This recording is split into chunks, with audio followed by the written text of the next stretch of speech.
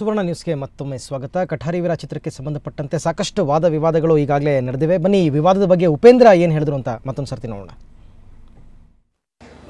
ನಾನು ಮೊದಲಿಂದನೂ ಹೇಳ್ತಾ ಬರ್ತಿದ್ದೀನಿ, ಆ ವ್ಯಕ್ತಿ ಹೇಳೋ ಪ್ರಕಾರ 2004 ಮನೋಹರ್ ಜೊತೆ ಬಂದೆ ಅಂತಾರೆ. ನಾನು ಮನೋಹರ್ಗೂ ಫೋನ್ ಮಾಡಿದೆ, ಅದು ಯಾರ್ರೀ ಅದು ನೀವು ಕರ್ಕೊಂಬಂದಿದ್ದೀರಂತಲ್ಲ, ನನಗೆ ಸ್ಟೋರಿ ಹೇಳಿದ್ರ ಅಂದರೆ ಅವ್ರು ಬೈದರು. ಆ ಹುಡುಗ ನಂಬಿಕೆ ದ್ರೋಹಿ ಅವರು.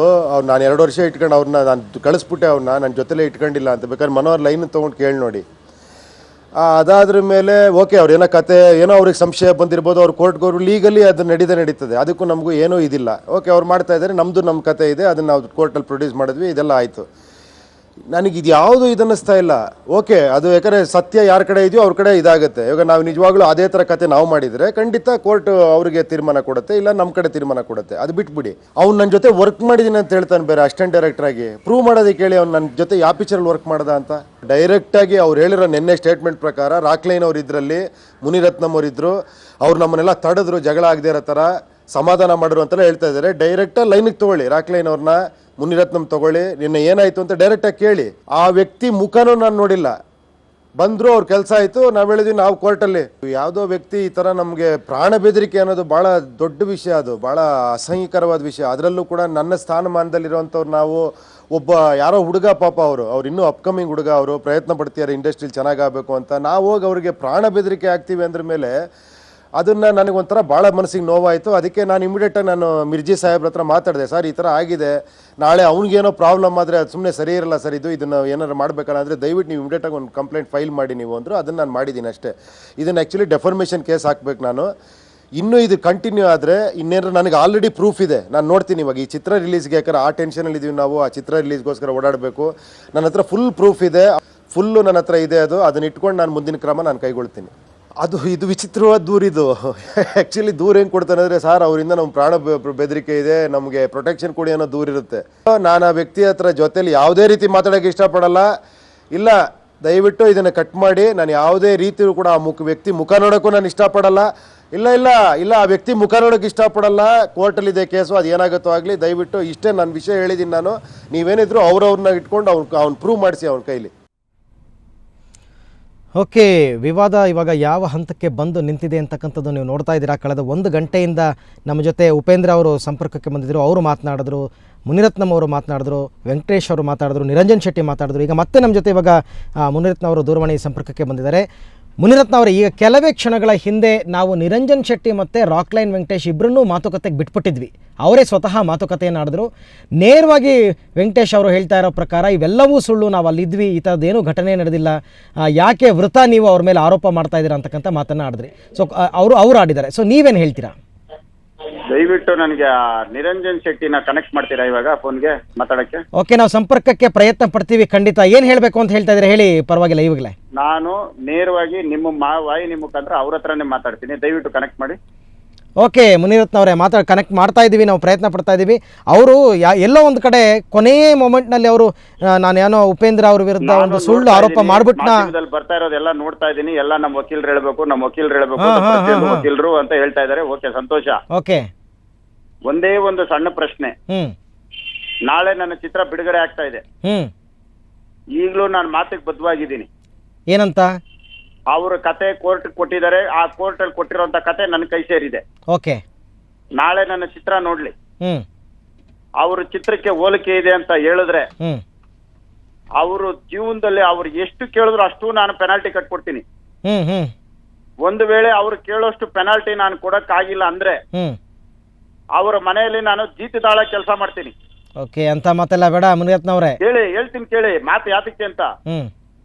ಒಂದು ವೇಳೆ ಅವರು ಈ ಕತೆ ನಂದೇ ಅಂತ ಆಗೋದ್ರೆ ನ್ಯಾಯಾಲಯದಲ್ಲಿ ಇನ್ನೂ ಅದು ಯಾವಾಗ ಮುಗಿಯುತ್ತೋ ಸ್ವಲ್ಪ ತಡ ಆಗ್ಬೋದು. ಓಕೆ, ಅವ್ರ ಮನಸ್ಸಾಕ್ಷಿಯಾಗಿ ಸಿನಿಮಾ ನೋಡಿ ಇಲ್ಲ ಈ ಕತೆ ನಂದೇನೆ ಅಂತ ಒಂದೇ ಒಂದು ಮಾತು ಹೇಳಿದ್ರೆ ನನ್ನ ಹತ್ರ ಎಷ್ಟಿದೆಯೋ ಇನ್ಕ್ಲೂಡಿಂಗ್ ನಾನು ಆಸ್ತಿ ಎಲ್ಲ ಕೊಟ್ಬಿಡ್ತೀನಿ, ಬರೀ ಸಿನಿಮಾನೇ ಅಲ್ಲ. ಇಷ್ಟು ಸಾಲಲ್ಲ ಅಂದ್ರೆ ನಾನು ಅವ್ರ ಮನೇಲಿ ಜೀತದಾಳ ಕೆಲಸ ಮಾಡ್ತೀನಿ. ಅಲ್ಲ, ಅಷ್ಟು ಖಡಕ್ ಆಗಿ ಹೇಗೆ ಹೇಳ್ತೀರಾ ನೀವು? ಓದಿದ್ರೆ ಅದನ್ನ ದಯವಿಟ್ಟು ಈ ಮಾತು ಕೇಳಿ. ಒಂದು ವೇಳೆ ಈ ಕತೆ ಅವ್ರದಲ್ಲ ಅಂತ ನಾನು ಪ್ರೂವ್ ಮಾಡ್ತೀನಿ, ಆವಾಗ ನಿರಂಜನ್ ಶೆಟ್ಟಿ ಯಾವ ತೀರ್ಪಿಗೆ ಯಾವ ಒಂದು ವಿಷಯಕ್ಕೆ ಭದ್ರಾಗಿರ್ತಾರೆ ಕೇಳಿ. ನಾನು ಅವ್ರ ಮನೇಲಿ ಜೀತದಾಳ ಕೆಲಸ ಮಾಡ್ತೀನಿ, ಇಲ್ಲ ಅವ್ರು ನನ್ನ ಮನೇಲಿ ಜೀತದಾಳ ಕೆಲಸ ಮಾಡ್ತಾರ ಕೇಳಿ. ನಾನು ಕತೆ ಅವ್ರದಲ್ಲ ಅಂತ ತೋರಿಸ್ತೀನಿ. ಹ್ಮ್ ಹ್ಮ್ ಹ್ಮ್ ಅವರು ಹಣ ಗಿಣ ನನಗೆ ಬೇಕಾಗಿಲ್ಲ. ಹ್ಮ್ ಅವರು ಒಂದೇ ನಿಮ್ಮ ಮಾಧ್ಯಮದಲ್ಲಿ ಇವಾಗ ಅವ್ರನ್ನ ಕರ್ಕೊಳ್ಳಿ ನೋಡೋಣ. ಹ್ಮ್ ಸುಮ್ಮನೆ ಕತೆ ಮಾತಾಡೋದು ಬೇಡ. Okay okay. ನನ್ನ ಸಿನಿಮಾನೇ ಅಲ್ಲ, ಅವರು ನನ್ನ ಪ್ರತಿಯೊಂದು ಒಂದೇ ಒಂದು ನನ್ನ ಉಡ್ದಾರನು ಕೊಟ್ಬಿಡ್ತೀನಿ, ನನಗೆ ಬೇಕಾಗಿಲ್ಲ. ನಾವು ಟ್ರೈ ಮಾಡ್ತಾ ಇದ್ವಿ ಮುನಿರತ್ನ ಅವರೇ, ಅವ್ರದ್ದು ಮೊಬೈಲ್ ಸ್ವಿಚ್ ಆಫ್ ಬರ್ತಾ ಇದೆ. ನಿರಂಜನ್ ಶೆಟ್ಟಿ ಏನಾದ್ರು ಕತೆ ನಂದಲ್ಲ ಅಂತ ನಾನು ಪ್ರೂವ್ ಮಾಡಿದ್ರೆ ಅವ್ರು ಯಾವ ಮಟ್ಟಕ್ಕೆ ನಿಂತ್ಕೊಂತಾರ ಅದನ್ನ ಕೇಳಿ ಫಸ್ಟ್. ಹ್ಮ್ ಹ್ಮ್ ಹ್ಮ್ ಹ್ಮ್ ನ್ಯಾಯ ಅನ್ನೋದು ಹಂಗಿರ್ಬೇಕು. ಹೌದು. ಈಗ ಇನ್ನೊಂದು ವಿಷಯ ಬಂತು ಮುನಿರತ್ನ ಅವರೇ, ನಿನ್ನೆ ಚಂದ್ರಶೇಖರ್ ಸ್ವಾಮೀಜಿ ಮತ್ತೆ ಪ್ರವೀಣ್ ಶೆಟ್ಟಿ ಅವ್ರು ಸೇರ್ಕೊಂಡು ನಿಮ್ಮಿಬ್ಬರ ಮಧ್ಯದಲ್ಲಿ ಸಂಧಾನ ಮಾಡಿಸಿದ್ರು ಅಂತ ಕೇಳ್ಪಟ್ವಿ, ನಿಜನಾ? ಸರ್ ಒಂದು ತಿಳ್ಕೊಳ್ಳಿ ಸರ್ ದಯವಿಟ್ಟು. ಉಪೇಂದ್ರ ಅವರು ನಾನು ಪಕ್ಕದಲ್ಲೇ ಕುಂತಿದ್ವಿ ಹೊರತು ಚಂದ್ರಶೇಖರ್ ಸ್ವಾಮೀಜಿ ಹತ್ರ ನಾನು ಮಾತಾಡೋದಾಗ್ಲಿ ಉಪೇಂದ್ರ ಅವ್ರು ಮಾತಾಡೋದಾಗ್ಲಿ ನಡೆದಿಲ್ಲ. ಅವರೆಲ್ಲಿದ್ರು?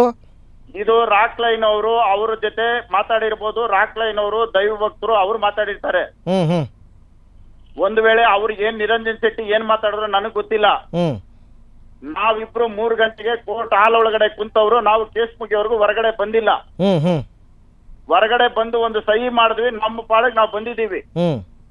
ಸಾರ್ ಇದು ಬಿಟ್ಬಿಡಿ, ಮೊಕದ್ದಮೆ ನ್ಯಾಯಾಲಯ ಇವೆಲ್ಲ ಪಕ್ಕಕ್ಕಿಡೋಣ. ಅವ್ರ ಕತೆ ಅವ್ರದಲ್ಲ ಅಂತ ಪ್ರೂವ್ ಮಾಡಿದ್ರೆ ಅವ್ರಿಗೆ ಯಾವ ಕೆಲ್ಸಕ್ಕೆ ಸಿದ್ಧವಾಗಿದ್ರೆ ಫಸ್ಟ್ ಅದನ್ನ ಕೇಳಿ. ನಾನು ಉಡ್ದಾರ ಸಮೇತ ದಾನ ಮಾಡ್ಬಿಡ್ತೀನಿ ಅವ್ರಿಗೆ. ಓಕೆ ಮುನಿರತ್ನ ತಯಾರಾಗಿದ್ದಾರೆ ಫಸ್ಟ್ ಕೇಳಿ. ಈಗ ಈ ಎಲ್ಲ ಘಟನೆ ನೋಡಿದಾಗ ಒಂದು ನನಗನ್ಸಿದ್ದು ಏನಂತಂದ್ರೆ, ಈಗ ನಿರಂಜನ್ ಶೆಟ್ಟಿ ಅನ್ನೋರು ಕನ್ನಡ ಚಿತ್ರರಂಗದಲ್ಲಿ ಗೊತ್ತಿಲ್ಲದ ಹೆಸರು, ಆಯ್ತಾ? ಈಗ ಅವರು ಮುನಿರತ್ನಂತ ಪ್ರೊಡ್ಯೂಸರ್ ಅನ್ನ, ಉಪೇಂದ್ರನಂತ ಒಂದು ಮಾತು ದಯವಿಟ್ಟು ಕೇಳಿ. ನಿರಂಜನ್ ಶೆಟ್ಟಿಗೆ 1 ವರ್ಷ ಟೈಮ್ ಕೊಡ್ತೀನಿ, ಒಂದು ಕತೆ ಮಾಡ್ಲಿ. ಕತೆ ಒಳಗೆ ನಾನು ಇನ್ವಾಲ್ವ್ ಆಗಲ್ಲ. ಓಕೆ. ಆ ಸಿನಿಮಾ ಇಷ್ಟಾಗಿಲ್ಲ ಅಂದ್ರೆ ಅವ್ರು ಏನ್ ಮಾಡ್ಕೊಂತಾರೆ ಅಂತ ಕೇಳಿ. ನನ್ ದುಡ್ಡಾದ್ರೂ ಚಿಂತೆ ಇಲ್ಲ. ಅಂದ್ರೆ ನೀವೇ ಪ್ರೊಡ್ಯೂಸ್ ಮಾಡ್ತೀರಾ? ನಾನೇ ಸಿನಿಮಾ ಮಾಡ್ತೀನಿ, ಅವ್ರ ಕತೆ ಮಾಡ್ಲಿ, ಕತೆ ಅವ್ರದೇ. ಓಕೆ. ಸಿನಿಮಾ ಫ್ಲಾಪ್ ಆದ್ರೆ ಅವ್ರು ಏನ್ ಮಾಡ್ಕೊಂತಾರೆ ಅಂತ ಕೇಳಿ, ದುಡ್ಡು ವಾಪಸ್ ಕೊಡೋದು ಬೇಡ ನನಗೆ. ಅಂದ್ರೆ ನಿಮಗೆ ನಿರಂಜನ್ ಶೆಟ್ಟಿಯ ಅವರ ಇದ್ರ ಬಗ್ಗೆ, ಬರವಣಿಗೆ ಬಗ್ಗೆ ನೀವು ಆತರ ಹೇಳ್ತಾ ಇದ್ದೀರಾ? ಹಾಗಾದ್ರೆ ಬರವಣಿಗೆ ಬಗ್ಗೆ ಗೌರವ ಇರೋನು, ತಲೆ ಒಳಗಡೆ ತಿಳುವಳಿಕೆ ಇರೋನು, ಇದು ಯಾವ್ದೋ ಒಂದು 10 ವರ್ಷದಿಂದ ನಾನು ಇಂಡಸ್ಟ್ರಿಯಲ್ಲಿ ಇದೀನಿ ಅಂತ ಹೇಳ್ತಾ ಇದಾರೆ. ಯಾವ್ದನ ಒಂದು ಕತೆ ಮಾಡಿ ಯಾವ್ದನ ಒಂದು ಸಿನಿಮಾ ಮಾಡವ್ರ? ಅಲ್ಲ, ಉಪೇಂದ್ರಂಗೆ ಏನೋ ಅಸಿಸ್ಟೆಂಟ್ ಡೈರೆಕ್ಟರ್ ಆಗಿ ವರ್ಕ್ ಮಾಡಿದ್ರಂತಲ್ಲ? ಉಪೇಂದ್ರ ಅವ್ರ ತಲೆಯಲ್ಲಿರೋದು ಎತ್ಕೊಂಡಾಗ ಅವ್ರು ಯಾವ ಕೀಚ್ಬಿಟ್ಟು ಕೆಳಗಡೆ ಬಿಸಾಕ್ತಾರಲ್ಲ, ಅದನ್ನ ಆರಿಸ್ಕೊಂಡ್ರೆ ಒಂದು 10 ಸಿನಿಮಾ ಆಯ್ತವೆ. ಉಪೇಂದ್ರ ಅವ್ರ ಬರವಣಿಗೆ ಇದೆಯಲ್ಲ, ಈ ರಾಜ್ಯದಲ್ಲಿ ಯಾವ ನಾಯಕ ನಟನಿಗೂ ಇಲ್ಲ. ಅವ್ರಿಗಿರೋ ಬರವಣಿಗೆ, ಅವ್ರಿಗಿರೋ ತಿಳುವಳಿಕೆ ಬಹುಶಃ ದಕ್ಷಿಣ ಭಾರತದಲ್ಲೇ ಒಪ್ಕೊಂಡಿದ್ದಾರೆ.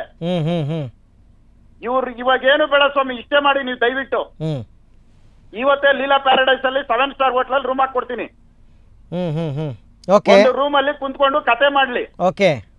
ಅವ್ರು ಹೇಳಿದ ತಕ್ಷಣ ನಾನು ಸಿನಿಮಾ ಮಾಡ್ತೀನಿ, ಬಡ್ಜೆಟ್ ಎಷ್ಟನ ಆಗ್ಲಿ. ನನಗ್ ಕೇಳೋದು ಒಂದೇ, ನನಗೆ ಸಿನಿಮಾ ಲಾಭ ಬಂದಿಲ್ಲ ಅಂದ್ರೆ ಪರವಾಗಿಲ್ಲ, ಕತೆ ಒಳಗಡೆ ನಾನು ಇನ್ವಾಲ್ವ್ ಆಗಲ್ಲ. ಪಿಕ್ಚರ್ ಫ್ಲಾಪ್ ಆದ್ರೆ ಅವ್ರು ಏನ್ ಮಾಡ್ಕೊಂತಾರೆ ಅಂತ ಕೇಳಿ ಸಾಕು. ಸೊ ಒಂದು ಸಿನಿಮಾಗೆ ಅವ್ರನ್ನ ಮುಗಿಸ್ಬಿಡ್ಬೇಕು ಅಂತ ನೀವು? ಅರೆ, ತಲೆಯಲ್ಲಿ ತಿಳುವಳಿಕೆ ಇರೋನು ಯಾವನಾದ್ರೂ ಈ ತರ ನಂದು ಕತೆ ಅಂತ ಊರೆಲ್ಲ ಓಡಾಡ್ತಾನ. ಒಂದ್ ಕತೆ ಹೋದ್ರೆ ಇನ್ನೊಂದ್ ಕತೆ ಬರೀತಾನೆ. ಈಗ ನಾವು ಒಂದ್ ಕತೆ ಮಾಡಿದ್ವಿ, 4 ತಿಂಗಳು 5 ತಿಂಗಳು ಕುಂತ್ಕೊಂಡು ಎತ್ಕೊಂಡೋದ. ಅವ್ನ ಆಂಧ್ರದಲ್ಲಿ ಇನ್ನೊಬ್ಬ ಪಿಕ್ಚರ್ ಮಾಡ್ಕೊಂಡ. ಅವನ ಆ ಪಿಕ್ಚರ್ ಅಲ್ಲಿ ಸೂಪರ್ ಡೂಪರ್ ಹಿಟ್ ಆಯ್ತು. ನಾವ್ ಹೋಗಿದ್ದೆ, ಅವ್ನು ಮಾತಾಡಿಸ್ಲೇ ಇಲ್ಲ. ಅದು ನಮ್ಮ ದೊಡ್ಡತನ. ಈ ತರ ಯಾವ್ದೋ 4 ಅಕ್ಷರ ಬರೆಯೋಕ್ ಗೊತ್ತಿಲ್ದೇ ಇರೋರೆಲ್ಲ ಬಂದ್ ಕತೆ ನಂದು ಅಂದ್ರೆ ಇಂಥವ್ರಿಗೆಲ್ಲ ನಾವು ಹೋಗ್ಬಿಟ್ಟು ಕುಂತ್ಕೊಂಡು ಮಸ್ಕ ಹೊಡಿಬೇಕಾ? ಅಲ್ಲ, ಇಂಥ ಗಲಾಟೆಯಿಂದಾದ್ರೂ ಹೆಸರು ಇದಕ್ ಬರ್ಲಿ, ಪ್ರವರ್ಧಮಾನಕ್ಕೆ ಬರ್ಲಿ ಅಂತ. ಇವೆಲ್ಲ ಒಳ್ಳೇದಕ್ಕಲ್ಲ ಇದು. ಇದನ್ನ ಹಿಂಗ್ ಮಾಡೋದ್ರಿಂದ ಏನಾಗತ್ತೆ ಗೊತ್ತಾ? ಇವಾಗ ಎಲ್ಲಾರ ಮನೆಗಳು CC ಕ್ಯಾಮ್ರಾ ಇರ್ತವೆ. CC ಕ್ಯಾಮ್ರಾ ಅಲ್ಲಿ ಇವ್ರು ಯಾರೋ ಬಂದವನಿಂದ ಫಸ್ಟ್ ಕಳ್ಸು ಅಂತ ಸೆಕ್ಯೂರಿಟಿಗೆ ಹೇಳ್ತಾರೆ. ಹೌದು. ಅವ್ರು ಡೈರೆಕ್ಟ್ ಬಂದು ಮುಖ ನೋಡಲ್ಲ. ಆ ಕ್ಯಾಮ್ರಾದಲ್ಲಿ ನೋಡ್ಬಿಟ್ಟೆ ಕಳಿಸ್ಬಿಡ್ರಿ ಅವ್ನು. ಈಗಾಗ್ಲೇ ಸುಮ್ನೆ ಕತೆ ನಂದು ಇವ್ ನೋಡ್ಬಿಟ್ಟು ಯಾವ್ದೋ ಒಂದು ಲೈನ್ ಹೇಳಿರ್ತಾನಲ್ಲಿ. ನಿಜ. ಆ ಲೈನ್ ಕೇಳ್ಬಿಟ್ಟೆ, ಬೇಡಪ್ಪ ನಿನ್ ಸಾವಸ, ನಾಳೆ ನನ್ಗೆ ಯಾವ್ದೋ ಒಂದು ಪಿಕ್ಚರ್ ಮಾಡಿದಾಗ ನಿನ್ ಲೈನ್ ಅದ್ರಲ್ಲಿದ್ದು ನೀನ್ ನನ್ನ ಹತ್ರಕ್ಕೆ ಬರ್ತೀಯ, ಓಡ್ ಫಸ್ಟ್ ಅಂತ ಓಡಿಸ್ತಾರೆ. ನಾವು ಹುಟ್ಟೇನ್ರಿ ಇದು, ಸಿನಿಮಾ ಮಾಡಂಗಿದ್ದೀರಿ, ಈ ತರ ಎಲ್ಲ ಸುಳ್ಳು ಕತೆ ಕಟ್ತಾರ. ಮುನಿರತ್ನ, ನಿಮ್ಮ ಎಲ್ಲಾ ಮಾತನ್ನ ನಿರಂಜನ್ ಶೆಟ್ಟಿ ಅವರು ಕೇಳಿಸ್ಕೊಂಡಿರ್ತಾರೆ. ಅವರು ಉತ್ತರ ಕೊಡ್ಬೇಕಾಗುತ್ತೆ. ನಿಮ್ಮ ಎಲ್ಲಾ ಮಾತುಗಳಿಗೂ ನಿರಂಜನ್ ಶೆಟ್ಟಿ ಅವರು ಉತ್ತರ ಕೊಡ್ಬೇಕಾಗುತ್ತೆ. ಸೊ ನಮ್ಮ ಈಗಾಗಲೇ ನಾವು ಅವ್ರನ್ನ ದೂರವಾಣಿ ಸಂಪರ್ಕ ಮಾಡೋದಕ್ಕೆ ಪ್ರಯತ್ನ ಪಟ್ವಿ, ಆದರೆ ಸ್ವಿಚ್ ಆಫ್ ಬರ್ತಾ ಇದೆ.